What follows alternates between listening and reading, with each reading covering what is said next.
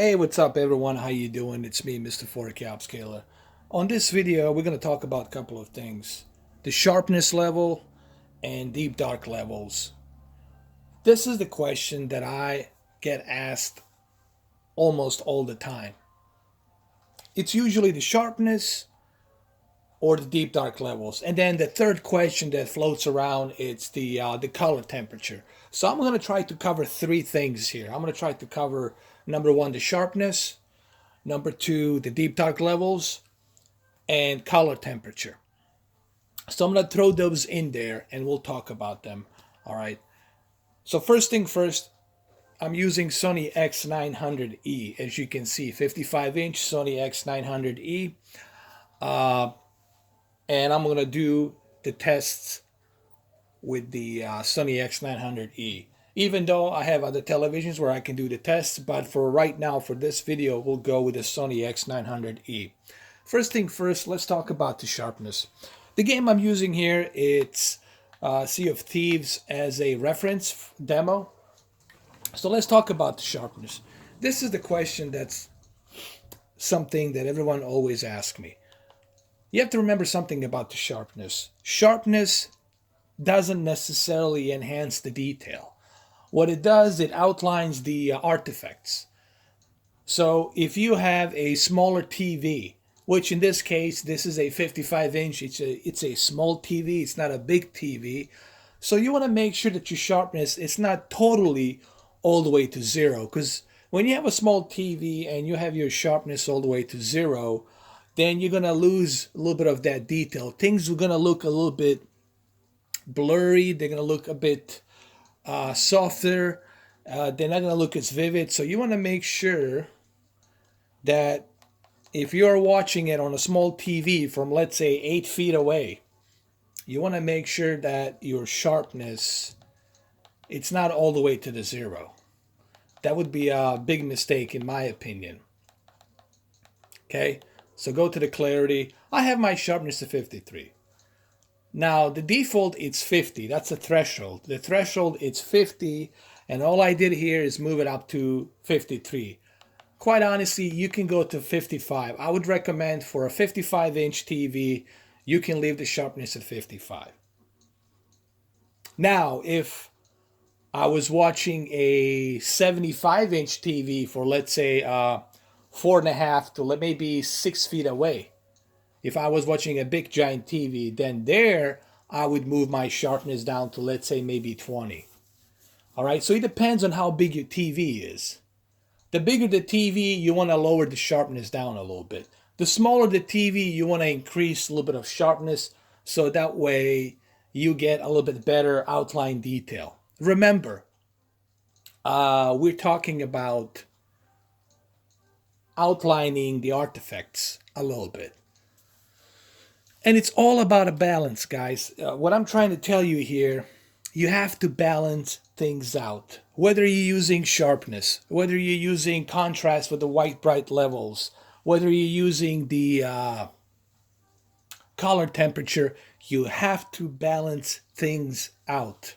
Everything has to be balanced. Too much of anything is not good. Okay, too much of contrast, it's not good. Lowering the deep dark levels way down, you're crushing the deep dark level details, so you're crushing the picture. It's not good. Moving the color way too high, you're oversaturating the color is going to bleed. So everything has to be balanced. And I have mentioned this like trillions of times in my videos, but some people still don't seem to get it as to why everything has to be balanced. That's the whole purpose of calibrating. When these professional calibrators, when they buy these equipments, when they bring it into your home, or when they spend 3 hours, 4 hours, they have a certain standard by the software, and that software, it's calibrating and it's balancing. What that software is doing, it's balancing everything. Okay, the color shouldn't be more than this. The contrast white bright levels shouldn't exceed more than this. The deep dark levels shouldn't be lowered down to this level. So there's a certain threshold. Okay, if you guys catch what I'm saying, there's a certain balance you have to look into. The way adjust my televisions and my monitors is I'm always looking for that balance.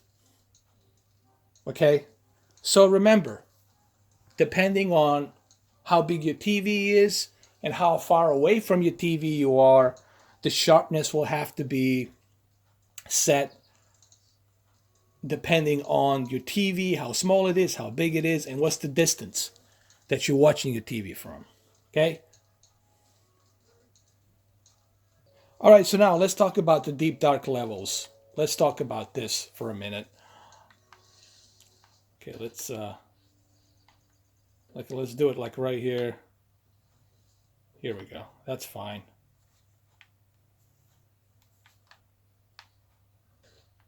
Let me just do a little jump here. That'll do it. All right, we'll keep it like this right here. That's fine. That'll do it. So let's talk about the deep dark levels. And I'm using it here on purpose.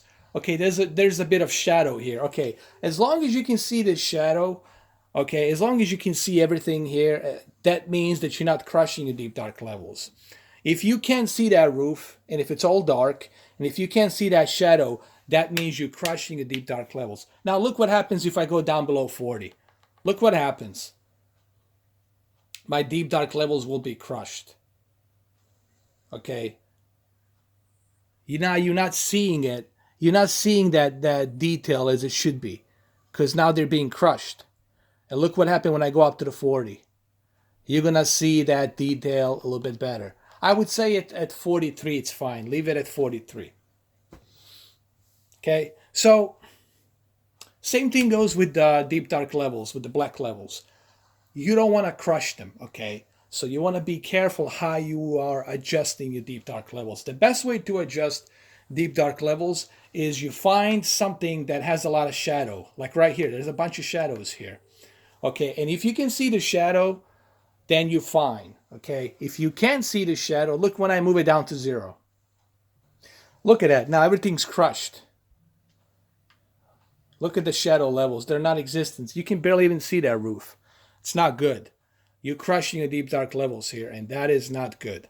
Now look when I go back to the 40 where I was before. Look what happens. Just look. Now the deep dark levels will be presented the way they should be. I'll leave it at 43. Now you get to see everything the way it should be.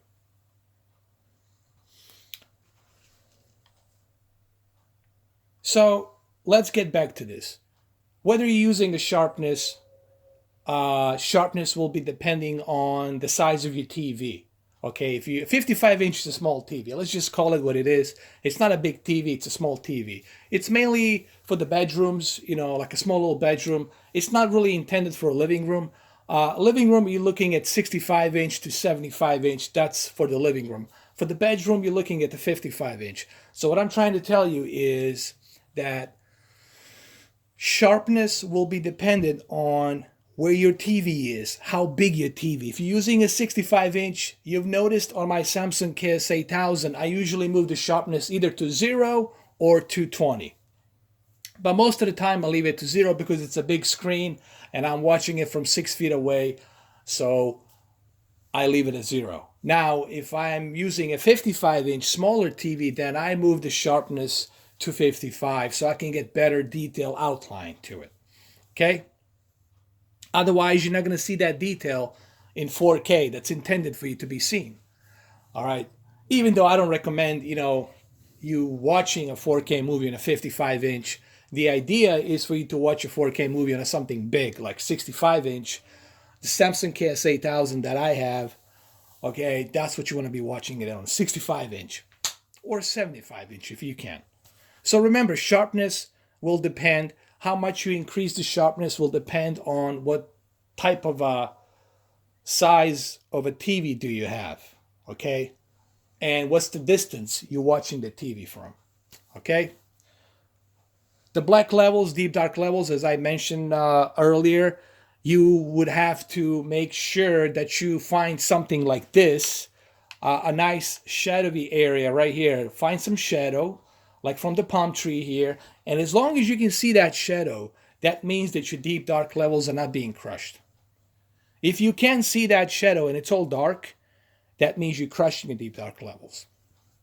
That's how you pretty much adjust your picture settings, or if you will, quote unquote, calibrate your TV. And I know you guys don't want me using the term calibration, but whatever I'm telling you here is pretty much what the professional calibrator will tell you as it is. You know, you can ask them. You don't have to trust me. You know, you can have a doubt. So let's go back to the brightness.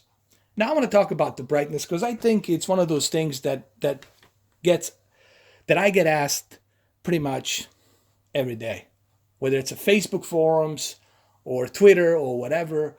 I get asked these questions like gazillions of times.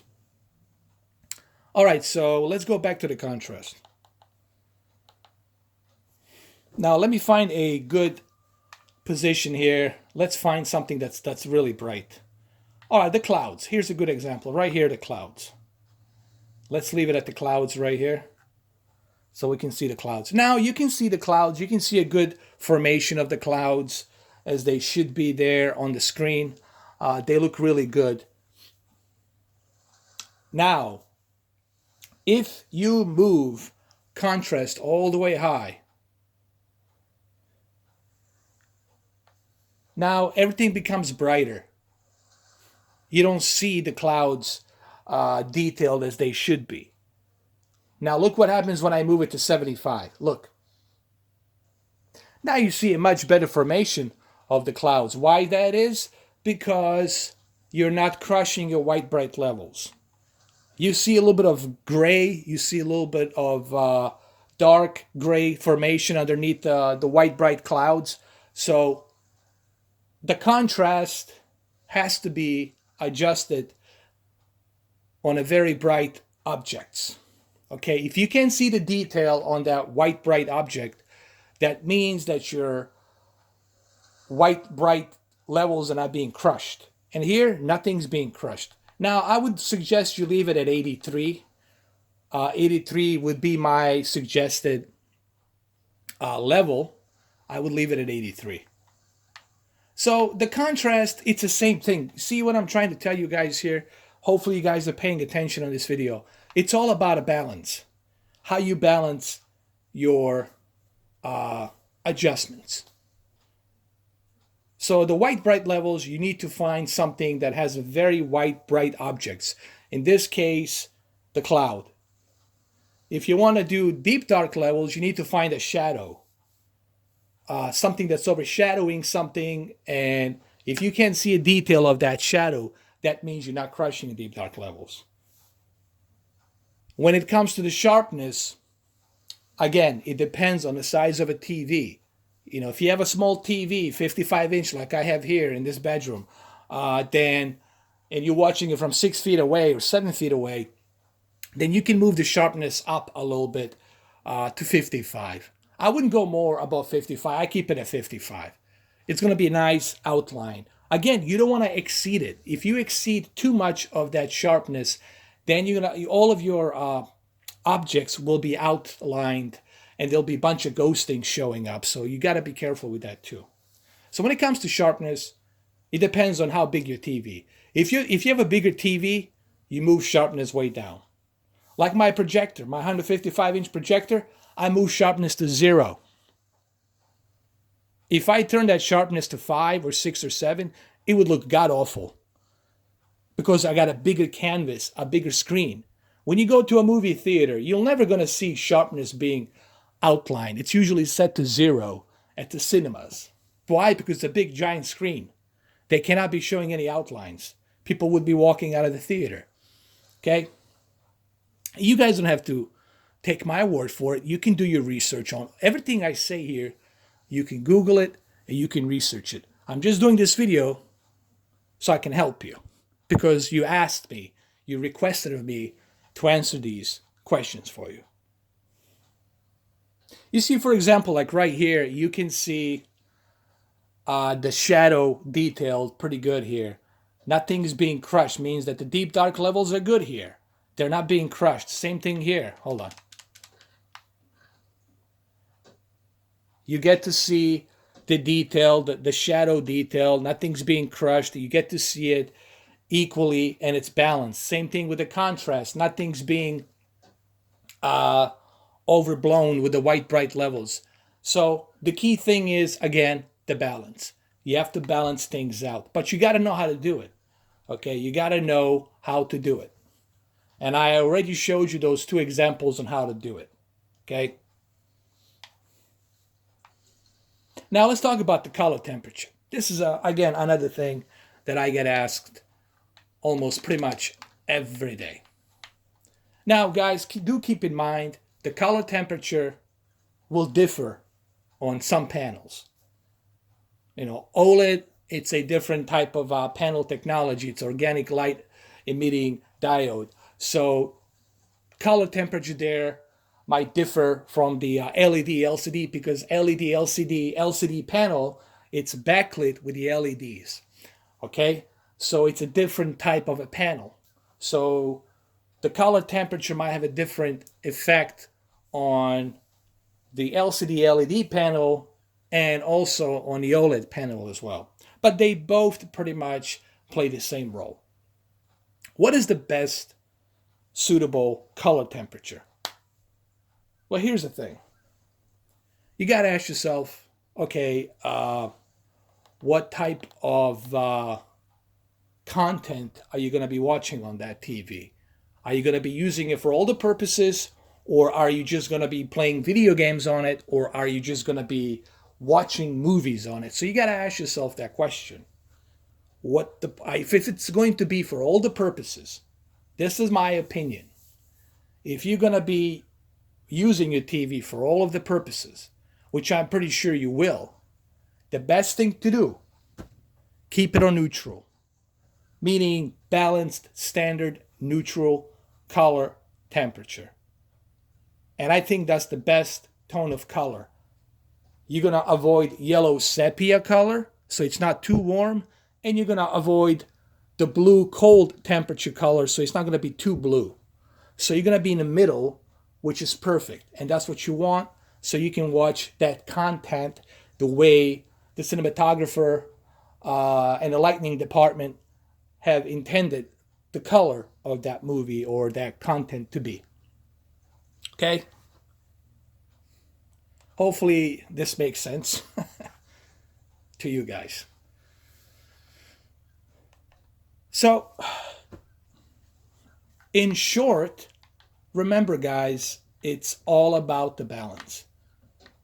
You can go ahead and you can purchase a very expensive calibrating equipment if you want to, if that's what you want to do. But remember, that same calibrating equipment is going to be set and programmed. You have to understand that equipment, that software, is already programmed to a certain standard. And that standard, it's balance. Meaning you cannot crush or overblown your white bright levels. You cannot crush your deep dark levels. You cannot oversaturate your color, okay, your RGB color. So everything has to be balanced. And that's what the calibration really is, guys. It's balancing that television or that monitor to its standards, okay? They're all pretty much the same. They all have the same standard, and that's the standard that they have. Now, do you really need a calibrating software? Well, yes and no. Me personally, I haven't been using it because I pretty much know what the standard is of calibration.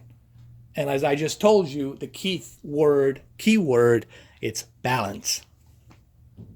Okay? If you already have the ingredients and you know how to make a cake, do you need to hire a chef or a cook to make the cake for you? Sure, he'll do it a little bit faster, but if you can't do it yourself, then you can do it yourself. All right?